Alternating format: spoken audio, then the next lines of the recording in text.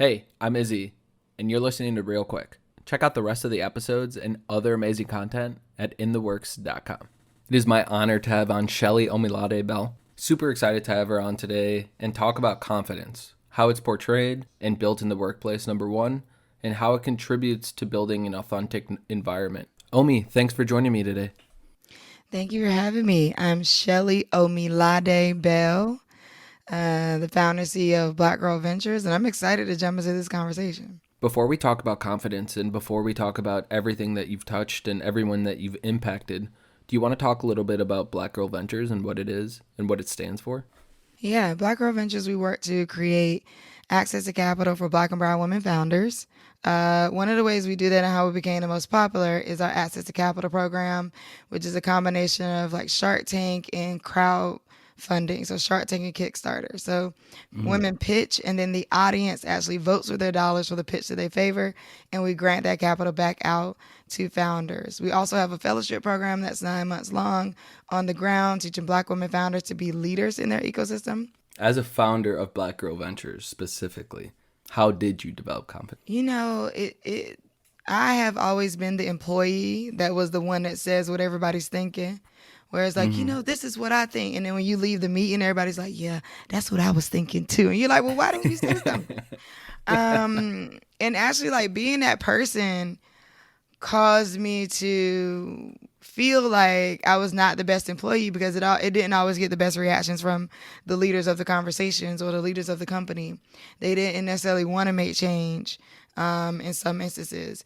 And then I would say like from there you start to beat down on whether or not what you're saying is valid and what your thoughts are valid and whether or not your belief in what you may think or say is valid. And so you have sometimes that causes you to get quieter and quieter in more and more meetings. That causes the microaggressions to get louder and louder. One of the things for me, I think, that has been key in maintaining confidence, because I think there's one thing to get empowered. Like, yeah, I listened to a great TED talk this morning and I am now Yeah. empowered. But the maintenance of that is key. And that honestly is maintaining my imagination. Ooh, how do you do that? I watch fantasy things, but I would say, I also start a lot of things where I ask myself different questions. You know, there's a quote that says the quality of your questions determines the quality of your life. And so sometimes you got to stop and ask, like, what questions are you asking yourself? And while there are certain truths that exist, so it's like that creates a yes and, whereas like, yes to this and I can also feel this way. Two things can be true at the same time. Multiple things can be true at the same time. And so I think like starting with really great questions. What else is true? I off the topic of like business and work, like personally, I was asking one of my coaches and like, I'm dating this person and I just want to know if they're the one. And she's like, the one what? Like, is that the best possible question you can be asking yourself? Like, and sometimes you just have to step back and be like, is this the best possible question I could ask myself about this? How do I innovate? How do I explore? So I think it starts with the questions we ask ourselves. I want to talk a little bit about like since the time that you started Black Girl Ventures and to today. I had the pleasure of meeting your team and they seem just as confident as you are. How do you build that culture to empower everybody to be themselves, one, but then two, just confident in any meeting they're going into? Oh my goodness. It's not for the faint at heart for sure. And it takes work. Going from one full-time employee to now 10, right? It's a whole different ball game because at first it wasn't about creating culture per se. It was about empowering every individual.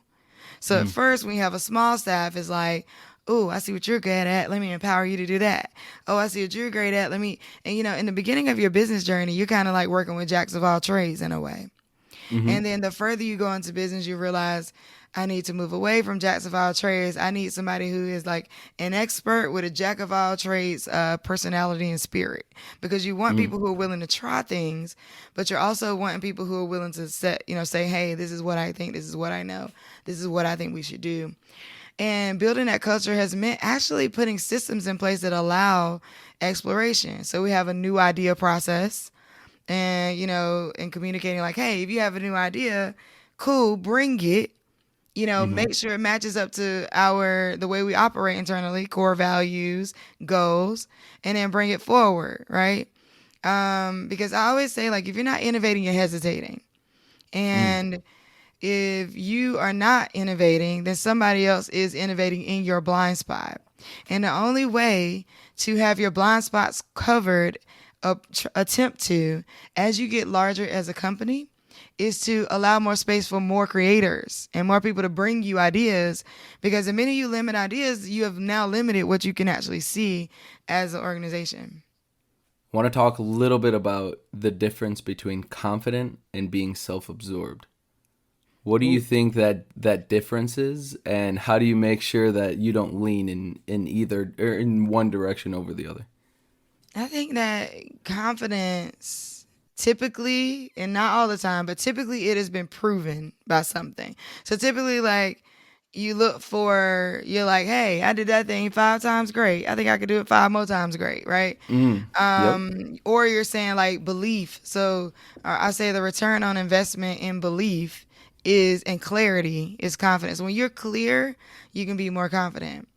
I think being self-absorbed is where people may or may not recognize who has helped them, accomplish the thing that now built their confidence. Right? So being self-absorbed is like, typically nobody's really doing anything alone. Even if you have to go order from another company, you're not, poof, making up your ingredients to your product, or you're not, pulling things out of thin air and, like, no, that's coming from somewhere. You're working with someone, you're learning from someone. And I think people sometimes confuse, like, self-efficacy with being self-absorbed. And so I would say being self-absorbed is, stepping into a process or layering who you are over top of something and then holding that to only be inside of you, when that's not a reality. Like, so many people have greatness inside of them. I would say all people have their own layers of greatness. And being confident in what you do has nothing to do with another person's greatness or how them being more confident in you, or, being quote unquote better than you. Like, there's different skill sets that exist, and we have to hone in on which ones are best for us. It has nothing to do with kind of absorbing and holding everything to only be true about you. That's a little bit narcissistic. Real quick, what should a new entrepreneur be on the lookout for? Revenue. Revenue is the driver. That's the validation point. Not other people, not investors, not funders. Revenue. Be on the lookout for revenue. Create your business model, work it, get money. Real quick, what's your favorite dessert? Carrot cake. Real quick, how can someone tune into your work and follow along in your journey? Yeah, I am Shelly Bell on Instagram, Twitter, the Shelly Bell on Facebook. You can also look me up on LinkedIn. I'm pretty active on social, so you can reach out to me in the DMs. Thanks for listening to Real Quick. In this issue, we talk with 4 different founders on the 4 elements of authenticity. Check out all the rest of the episodes and other amazing content at intheworks.com.